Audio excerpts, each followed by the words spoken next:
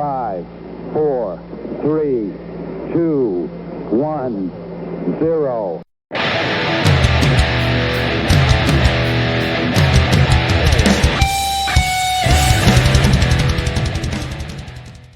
And with that, welcome to your Media Mosh podcast. I am your host, Shane Beauregard, coming at you with all your news, reviews, and previews to watch on your streaming services, your television, and your local theater. I hope everyone's coming off a great Valentine's Day weekend for all you people who actually celebrate that holiday. I had to take a step back from Facebook that weekend, folks. I'm sorry. I know it's 2020, and I know we live in the age of social media, but Jesus Christ, all those forever Valentine's Day posts that people started putting out there, and I am sorry if you're one of these people. I just cannot stand it. I can't stand it. My VP feels the same way. I don't know if there's something internally broke with us, or if we're just too old school. But how about just turning around to the person you live with and just wishing them a happy Valentine's Day instead of posting it for everyone to see? Anyway, I know people who probably listen to the show who do that. I apologize. It's just not my thing. Furthermore, we went out to an early dinner Saturday night, and we just kind of laughed at every couple who showed up that were both wearing red shirts, which was unbelievable, the amount of people showing up matchy match, which is another thing we can't stand. I think that's why we're meant for each other. I can't help it. I know that's like the asshole thing to do, but we spent most of the night just talking about the couples around us, which was fantastic for us. So anyway, let's get right into it. And I know this podcast is already short, self-promotion, shameless plug here. That's why I think this show, one of the positives of the show is very short. You can get through this in a couple trips to the bathroom and a car ride to go pick up your groceries or whatnot. But anyway, this is a Media Mosh quickie. The VP was out for a couple days last week, and it was Valentine's Day and the kids' extracurricular activities. I had to do a lot of fatherly things, so my viewing has been all over the place. I have not been paying attention to much. So let's get right into a little bit of news. The new Batman suit was released in a little teaser clip at the end of last week. Now, honestly, I saw this clip as soon as it popped up, and my first thought was Daredevil, which, come to find out, was just about everyone else's thought. And the reason why I thought that, I think if they didn't put it against a red backdrop, he had a red screen behind him, so he was kind of like walking into the camera's view. That's exactly the kind of red Daredevil used for the intro to the show. And honestly, from the nose down, I don't know if it's Robert Pattinson has a similar side profile look as Charlie Cox, but it just reminded me of Daredevil. Now, a lot of people do not like the bat symbol on the bat suit, which is the gun that killed his parents. That is actually taken from the comic books. That is something Kevin Smith came up with during one of his runs for Batman. I don't mind it, people. I don't mind it, and I don't mind Robert Pattinson as Batman. I've said it before. I got a lot of pushback this week when we were discussing the upcoming film. And I just think he suffers from having the Twilight series on his back. I think he'll forever, and for obvious reasons, he'll forever have that on his back. But for me, I can care less. And it was interesting because Ben Affleck has been making the rounds on shows lately because he has a semi-autobiographical movie coming out the way back, which he plays a recovering alcoholic basketball coach bringing his team to the top, which is directed surprisingly by Gavin O'Connor, who is one of my favorite directors. He directed Miracle with Kurt Russell back in the day, but he directed one of my favorite movies of the 2000s, which is Warrior. He was supposed to direct the upcoming Suicide Squad 2 and got pushed back in favor of James Gunn. Anyway, he's a director that knows how to handle himself. He's directing the way back. But I wouldn't be surprised if we find out later this movie was like 3 years on the shelf and they decided to put it out because it is bloaty Affleck. It is bloaty Fleck. And you know me, I defend the Fleck to the gills, but he looks bad. Like he looks either pre-rehab or just got out of rehab Affleck.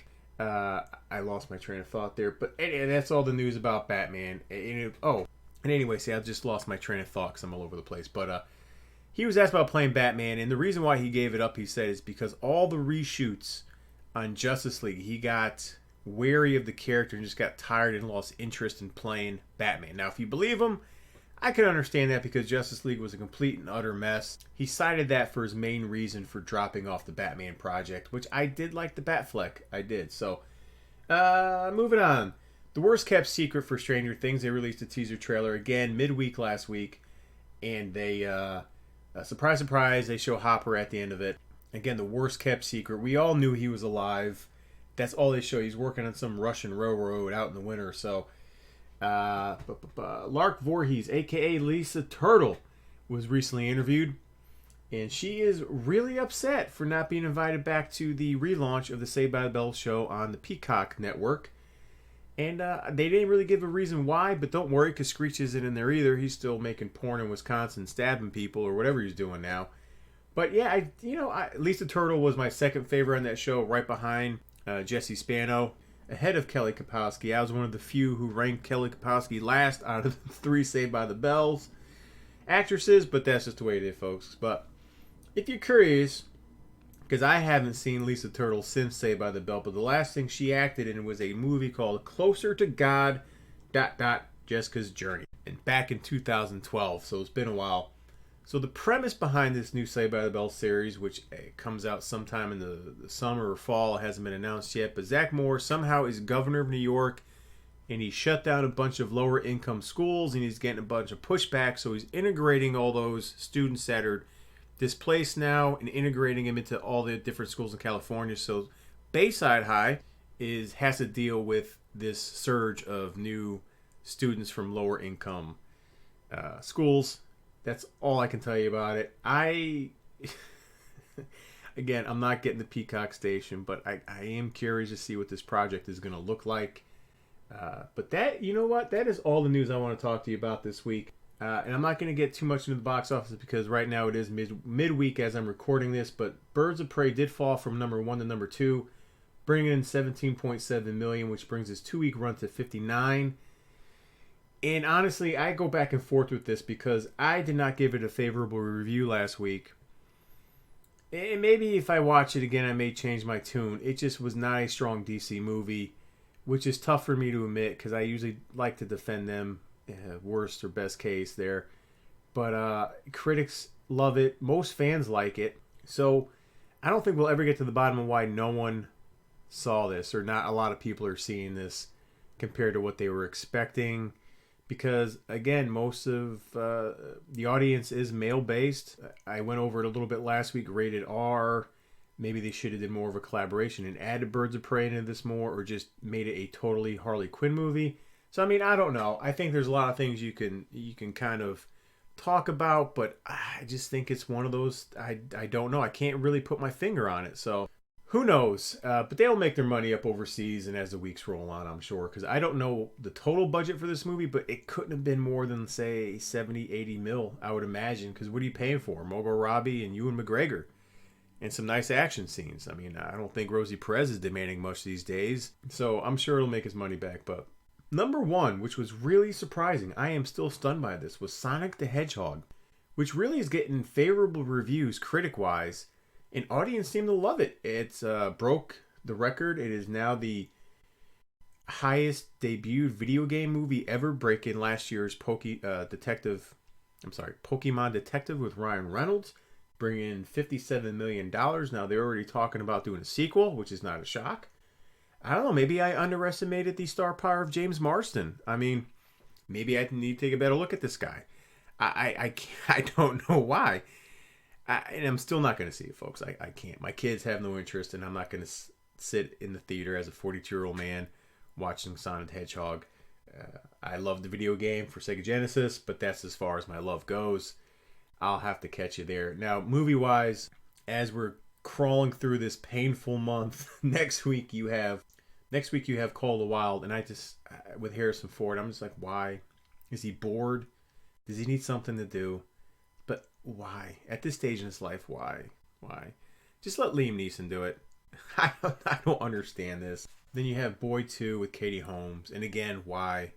I know she's not an A-list actress, but seeing how she hasn't been in a project for a long time, this is the project she chooses to take in her, I don't want to call it a comeback, but this is the project she chooses to take. I mean, is Jamie Foxx not providing for her? What is going on here? Again, I like Katie Holmes, but I don't get it. And then finally, the last week of the month, you get Invisible Man. And then March is a little better, just slightly better. I'll get into that next week, but there are at least more watchable movies in my view. I had a chance Sunday to go to the movies, and I could not pull the trigger on Fantasy Island. And for those who know me, that kind of movie is my jam. I will go see a Blumhouse film in a second. But I couldn't do it. I just couldn't do it. So anyway, let's turn our attention to Netflix real fast. Coming out in the 26th, you have I Am Not Okay With This, which stars Sophia Lillis and Wyatt Olaf, both from It Chapter 1 and Chapter 2 in flashbacks. I don't like to talk about Chapter 2, but they weren't both in It Chapter 1. This is a 30-minute comedy, and it is brought to you by the director of End of the World as We Fucking Know It. And it's based on a girl who's awkward. Shocker, there's like 1,000 of those things floating around now. And she's starting to know she has these abilities in school, moving stuff with her mind. Yeah, it's one of those kind of shows. It does look semi-interesting. I don't know if that's on my checklist. What is on my checklist, though, on the 28th, you have Altered Carbon Season 2 with Anthony Mackie, picking up where Joel Kinnaman left off. I am a huge Altered Carbon Season 1 fan, even though I am not the biggest sci-fi guy around. It's one of the best Netflix shows you can find right now. Even if you aren't into sci-fi, there's a lot of action in it. There's a lot of good acting in it. I like Joel Kinnaman. He did a great job in that show. I'm interested to see where Anthony Mackie takes it. Surprise, surprise. And I know we're getting into March, but since I mentioned the show last week, Castlevania Season 3 is dropping March the 5th. I was sitting in my office last week, and the trailer for Season 3 came up already, and they released a date, which is March 5th. I cannot wait. Strap yourself in. The Adventures of Simon Belmont continue. If you haven't seen Castlevania, I cannot recommend that show enough.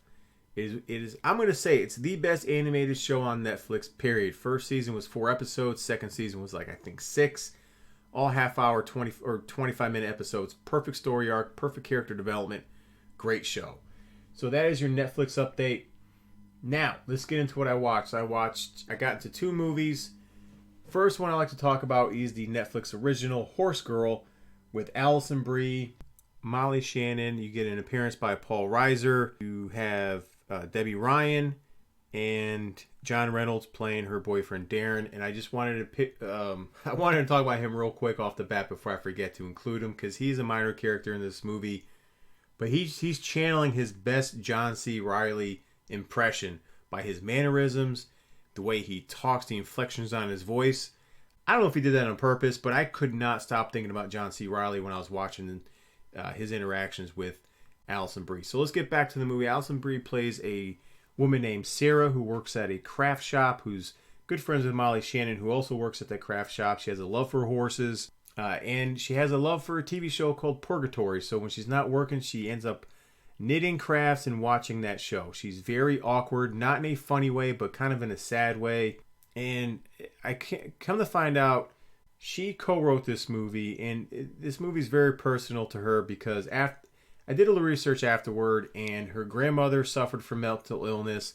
Her mom had mental illness, so she's kind of bringing that through in this movie. Again, she plays a loner who doesn't really have a lot of friends. Her birthday's coming up, so Molly Shannon recommends she goes out with her Zumba class friends, and she doesn't. But Debbie Ryan, who plays her roommate, hooks her up with her boyfriend's friend, again, the guy named Darren, and they kind of hit it off. But what starts happening at this point is she has these episodes at night where she sleepwalks. There's a scene where she's standing in front of a wall just staring at it. There's a scene where her car ends up somewhere across town. And she wakes up by a phone booth. So she's losing track of time. So she's trying to figure out what happens to her.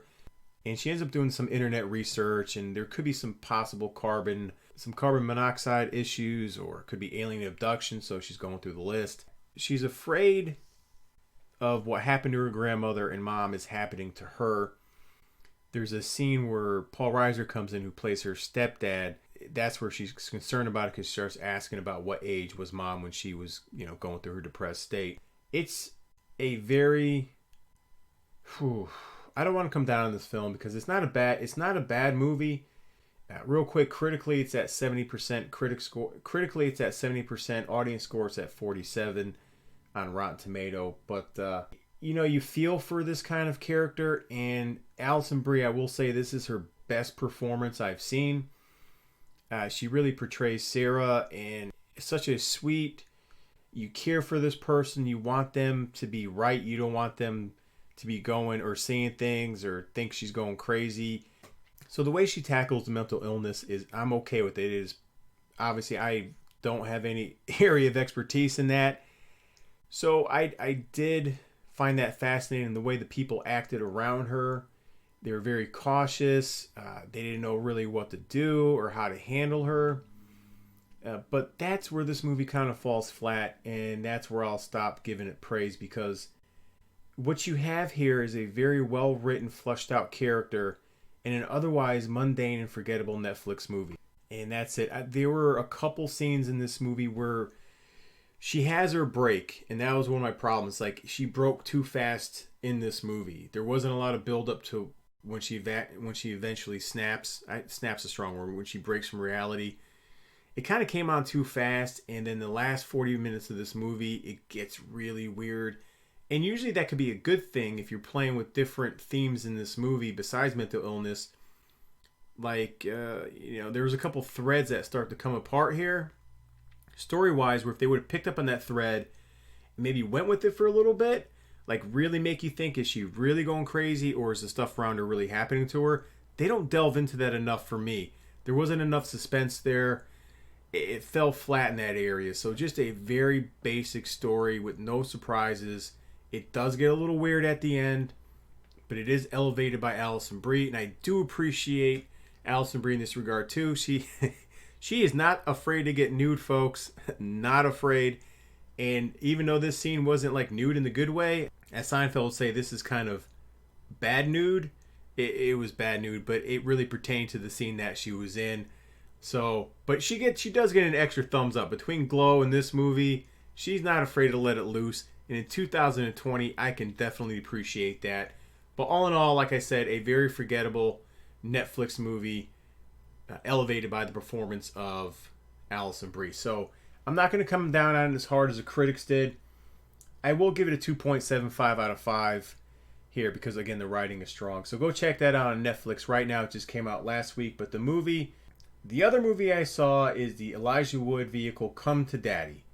Now, I had every intent in watching Just Mercy and something more, I don't want to say better, but a higher platform of film, I guess. But sometimes I get suckered in by the movie posters. And this one did it to me.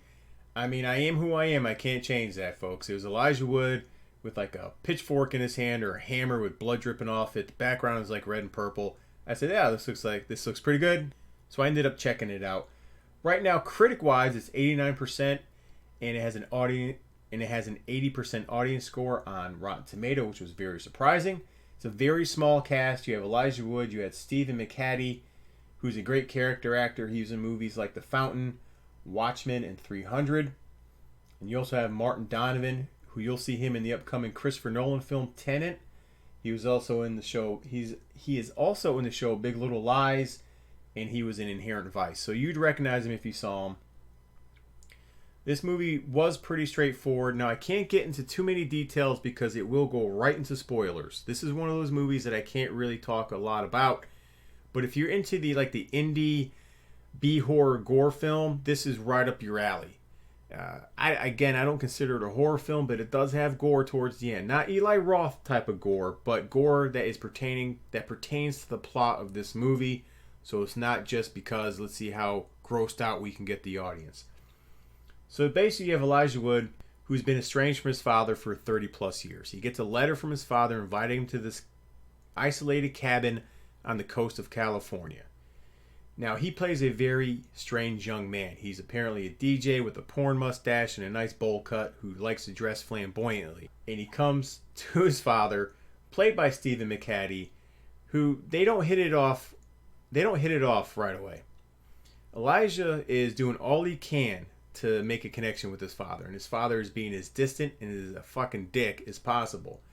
Case in point, Elijah sharing a story how about he was an alcoholic and he almost committed suicide because of it, and his father proceeds to pour a big glass of whiskey, asking him if this is going to be a problem. And then Elijah tells him he is personal friends with Elton John through he met through a DJ connection, and his father says, "Oh yeah, by the way, I know him as well. He gave me his number. I was his limo driver for 10 years." And as he's trying to call Elton John, just to basically call out Elijah Wood for being a liar, just kind of those examples. There's an example of Elijah. They're both going swimming, but Elijah's like backstroking, floating in the middle of the ocean. And all he sees is this big ass boulder come flying by his head. So he's sitting there wondering why his father invited him out to this cabin if he's going to be nothing but a dick. And he tries to get it out of him, and the father won't give it up. And as a couple days go past, he wants to bail on this trip, but he really wants to make this connection with his dad. But at night, he's hearing these really funky noises. He's getting weird. His father's on the phone talking to people. And they have a confrontation in the living room. And that's where I have to stop talking about this movie because it will get heavy in the spoilers. All I'll say is this movie is directed by Ant Timpson. It's his debut full feature movie. It is tightly directed with some interesting shots. And more importantly, this movie was well written. It does have some underlying themes about father-son relationship. Even though when you're watching this on face value, that's not what you're thinking. But really it is. It's about family, father-son connection. Done in a very gory, tight, tension-filled fashion. So it took me in a direction I was not expecting. But Elijah Wood has a knack for picking weird movies out. And I love Elijah Wood. But he'll do something in a full feature film. Then he'll just do like a slew of these kind of movies. I think he did Maniac. He did the movie Cooties. I mean, he's done a lot of off-the-wall kind of stuff. And he hits this one out of the park. So I would have to agree with the critics on this one. I give this one a 3.75 out of 5 for me. If you have the opportunity to go see it, go check out Come to Daddy.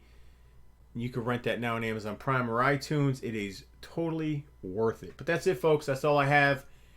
I don't have anything on the docket for this coming week, so it'll be a surprise. I don't know what I'm getting into. I personally have a clinic I have to go to all day Sunday, so my movie time is going to be a little limited, but I will be sure to come up with something. Maybe the value of when you're grading films, where should rewatchability fall into that? And I just had a little bone to pick with Mr. Arguing Myself over a movie he just reviewed on Letterboxd, Leave No Trace. And I may pick up on that thread a little bit next week, because it does factor in, but it shouldn't be a major factor when you're reviewing films. Now, when you're talking about your personal favorites, of course, that weighs heavily. But every person's different. Every person may rewatch a movie more than you rewatch it. But anyway, I'll get into that a little bit more next week. Until then, folks, have a great week. Oh, plus we're getting snow here. We might get 2 to 4 inches, which if you're not familiar with anywhere down south, that means this shit is going to be shut down for a day. It is ridiculous. People are going to be running out tomorrow afternoon buying fucking milk and eggs, even though it's going to be 56 degrees on Saturday and Sunday, so most of the snow will be gone by then. But it is full chaos down here, folks. So let's see if I can live through the snowpocalypse 2020. Have a great week. Go check me out on Facebook, Media Mosh. Go check me out on the Twitterverse, at Shane Media Mosh. More importantly, go to the Apple Podcast Store, download me, share me. Please take a second out of your day and hit that 5-star review. I know you want to. And then turn around and go check out Instagram, Facebook, and Twitter. And check out Mr. Argue Myself, Chris Fordell. 3 different platforms for 3 different types of content. Get caught up. Get caught up in the mosh.